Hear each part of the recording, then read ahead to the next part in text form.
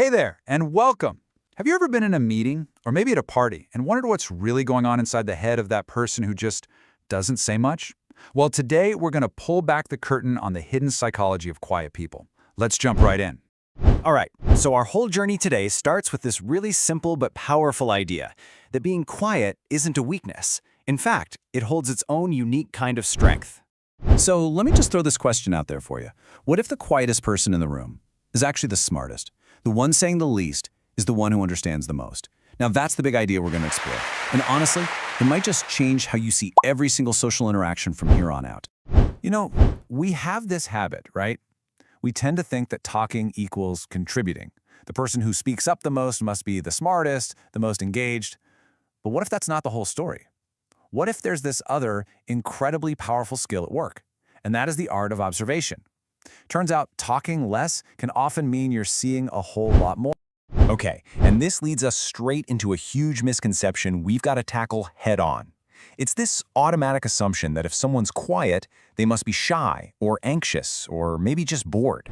This right here, this really gets to the heart of it all. We see someone being quiet, and our brain just fills in the blanks, doesn't it? We assume they're shy, but what if in reality they're just observing?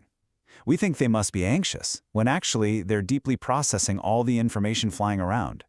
We might label them as uninterested, but what's really happening is they're analyzing the situation. And this is a big one. We think they have nothing to add, when they're actually strategizing, just waiting for that perfect moment to drop one single game-changing comment. It's a complete flip of the script. All right, so if they're not just being shy, what in the world are they doing?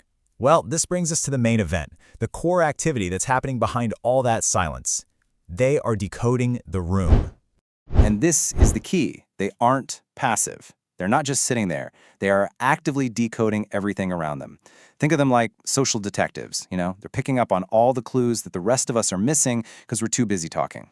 For them, silence is a tool for analysis. So what does decoding actually look like in practice? Well, it means they are catching everything. They're reading all those tiny nonverbal cues, the slight hesitation, the way someone shifts in their seat. They're mapping out the group dynamics. Who's the real leader here? Who's on whose side? They're also identifying the emotions that are bubbling just under the surface of what's being said. And all the while, they're assessing the whole flow of the conversation, looking for the perfect entry point, or maybe just understanding where it's all headed. Now, this incredible ability to read a room, it's not some kind of magic superpower. It's a skill set. It's a toolkit of psychological abilities that they've often spent a lifetime sharpening. The first tool in that kit is active observation. And this is way more than just seeing or hearing what's going on. It's the conscious processing of it all. It's noticing that when your boss praises a project, their smile doesn't quite reach their eyes. It's feeling that subtle tension in the room that everyone else seems to be talking right over. It's about processing both what is said and, maybe more importantly, what's left unsaid. Next up is emotional awareness. This one is huge. This is the ability to read the emotional subtext of everything that's happening. It's understanding that when a friend says, "Oh, I'm fine," their tone and their posture are actually screaming the exact opposite. This skill gives them a much deeper, more accurate read on what's really going on. And the final tool is something with a fancy name, an internal locus of evaluation. I know, it's a bit of a mouthful, but it's fascinating. Basically, it just means they trust their own judgment. They don't need to throw an idea out there just to see how people react to it. They're confident in their own observations and their own analysis, so they're not constantly looking for that pat on the back or that nod of approval from everyone else. Okay, so let's bring this all home. We've busted the myth about shyness, we've looked inside the observer's toolkit, so what does silence truly mean? I think this quote just says it all, perfectly. Silence isn't an empty space. It's a space for observation, thought, and profound understanding. We've got to stop seeing silence as a lack of something and start seeing it as the presence of something powerful.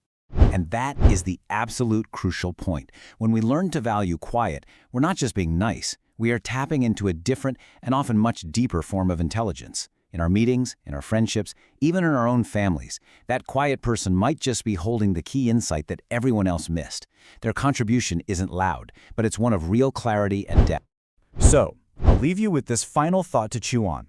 The next time you're in a room and you notice that quiet person, try not to just see the silence. Try to listen to it. What are the dynamics, the unspoken feelings, the powerful insights that might be hiding in there? So, the next time you notice the silence, what will you listen for? Remember, your life changes the moment your thinking changes, and every powerful life starts with a meaningful mind. Subscribe to Meaning of Mind for life-changing ideas, mindset mastery, and psychology that actually works. If this video added value to your life, like it, share it with someone who needs it, and comment your thoughts below. Because once you understand your mind, nothing can stop you.